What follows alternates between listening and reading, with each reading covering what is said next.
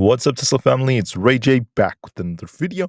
And this one I wanted to break down what's happening with Tesla's SPY and the overall markets. I'm also going to break down what's going on with the economic calendar moving forward, talk about what's going on with some news involving the markets, which you should be watching for as time progresses. But just note that I am not a financial planner, so take nothing I say as financial advice. And also, if you guys can, please check out my Webull link. If you deposit any amount of money, you're guaranteed 12 free stocks. We deposit $500, you're guaranteed 20 in total. And deposit $2,000 or more, and you're guaranteed 40.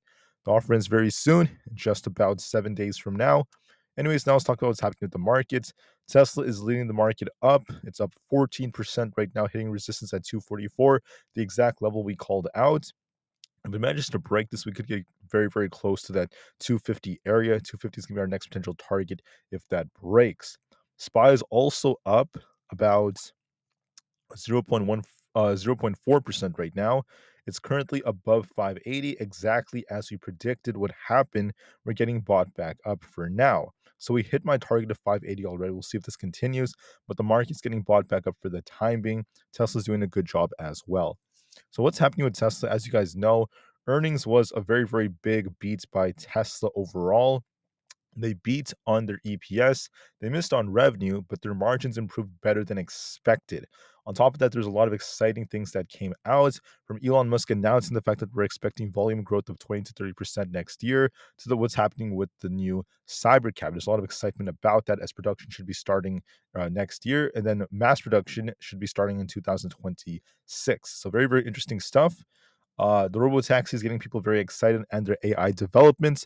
And then Tesla's also making some big announcements, such as the fact that the Cybertruck was profitable, which once again defied the odds, not to mention amazing growth in the company.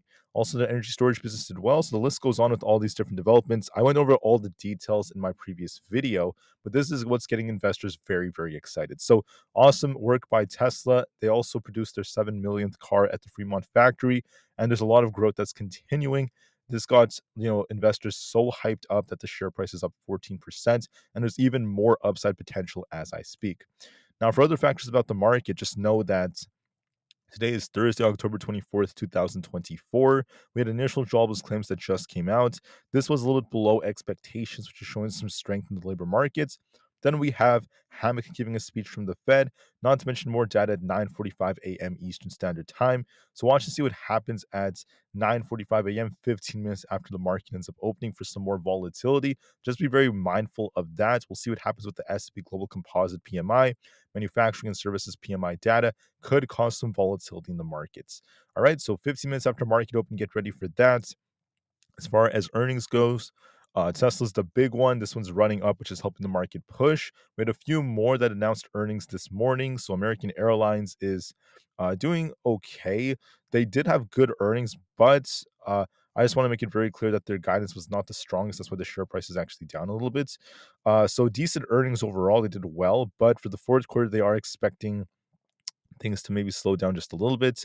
So they beat on EPS and revenue, and the fourth quarter is showing that they might actually see unit revenue drop a little bit. So not the best of news, but UPS had really, really good earnings. They're up almost 10%.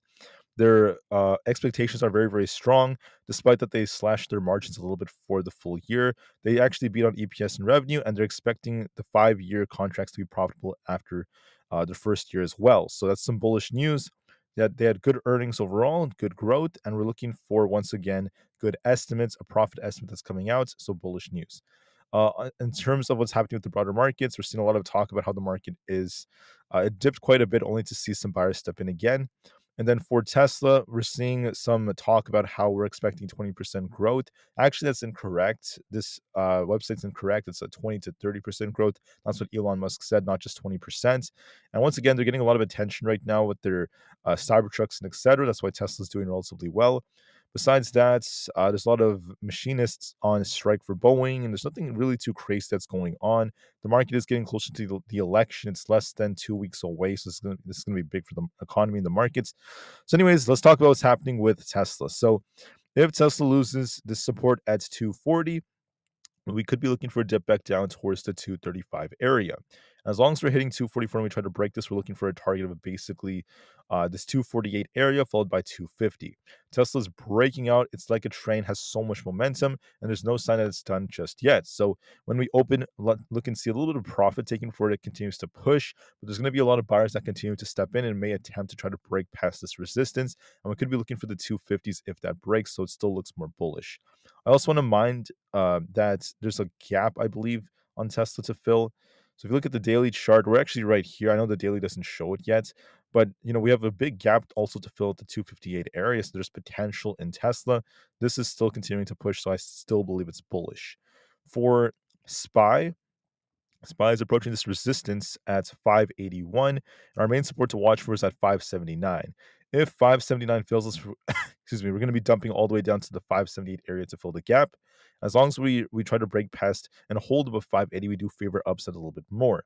So look at resistance at 581.3. If SPY breaks that, guys, we're going to be going all the way up towards 582.5, and eventually back up to this range all the way up here, which is where we hit the low to like mid 580s. So watch and see if we could break past 581.3. If that breaks, we're turning more bullish, looking for a bigger push. And if we end up losing 579, we're looking for that gap fill back down to 578. This is going to depend on what happens with the S&P Global Composite PMI. So look for volatility at 9:45 a.m. But just know that as of right now, it does look like SPY wants to push a little bit higher. We'll see if we can break past 581.3 or not. We did push already thanks to Tesla. For ES, we're pushing nicely, but we have this tough resistance to watch for at 58.69. If that breaks, we're looking for a bigger pump all the way up towards the 58.80 area. If that rejects, we could be dipping back down to 58.50. So watch and see if 58.69 breaks. I think we have more potential to push, so give this the time that it needs.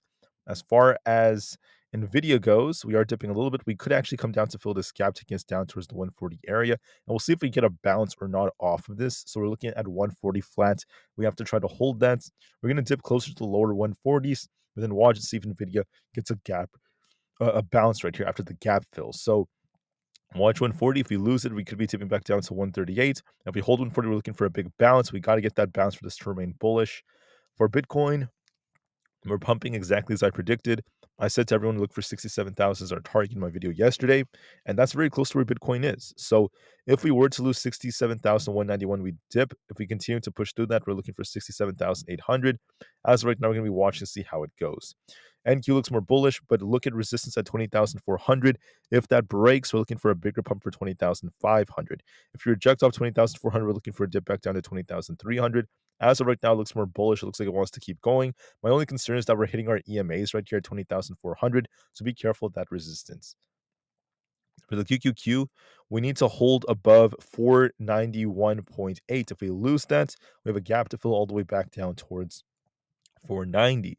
If we break out, we're looking for 494 to break. If that breaks, we're looking for a bigger pump all the way back up to 496.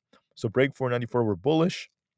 Lose 491.5, there could be a small dip that's coming back down to 490 before it tries to bounce. As of right now, with Tesla pushing, it might actually dip and then continue to try to push. It looks like it still wants to push as long as we don't lose 491.5. I favor a push on the QQQ back up to 494 plus. For Aapl, we're kind of dipping a little bit. We're showing a little bit of weakness compared to the market. We were trying to rebound, but I said in my video we have to reclaim 231.6 to turn back up. Because we're coming short, there is a risk of us dipping closer to 230 all over again, 230 flat, and we'll have to see what the reaction is after that. For other factors out there, we have Netflix basically. It's kind of flat right now. We need to hold 750. If this holds, we could attempt to rebound for 760. If we lose that, we could be dipping back down for 744. For the IWM Russell 2000, we're dipping right here. We have to try to break past 221. If that breaks, we're looking for, we have to hold 220. If we hold 220, we're looking for 221. If we lose 220, we're looking for a dip back down to fill the gap at 219.26. So we'll see which way it goes. It might dip first before it tries to bounce, so just be a little bit careful. It's a little bit weak right now. For coin looks more bullish as long as we hold above 206. If we hold 206, we're looking for a rebound for 210. If we reject and don't hold 206, we could be dipping back down to the gap fill for 200. I see potential in this chart, so give this the time it needs. For Amazon's actually dipping a little bit. We're looking for this gap fill down here. We might come down to fill this gap at 185, and we'll see if we bounce or not off of that. For Meta, we'll be watching to see if we could try to hold above 586 or if we end up tipping first before it tries to rebound. But overall, we're doing a good job at holding up. Microsoft may also dip back down towards this support here. So there could be a small dip to 424 before it tries to bounce. And then Google may be doing the same thing. We could dip a little bit lower towards 164 before it attempts to rebound as well. So we're at some tough resistance on Google. The market gapped up and pushed very nicely after Tesla's earnings. But the question is, will we see the gap below get filled first before the market tries to bounce, or will we just continue to break out from here? That's going to depend on the reaction we get to the data right over here. So just keep that in mind. However, for Tesla, just know that we're very strong. We're at this resistance in the mid 240s, but there's still a lot of momentum that's building that gives Tesla potential to push even more. So Tesla could squeeze even higher. We're not necessarily done yet, and I think it could get very close to the 250 area, if not break it. So we still remain more bullish on Tesla. We're going to likely outperform the markets. We'll see if the market continues to pump with Tesla. We're already like gapping up and pushing. So the question is, will the market dip first to fill its gap and then continue higher, or will the market continue to just pump from here with Tesla? We'll be watching that. It depends on the data at 9:45, but Tesla still looks very strong nonetheless. All right, so that's it for my analysis. I'll see you guys in a couple of hours for another update, and peace out.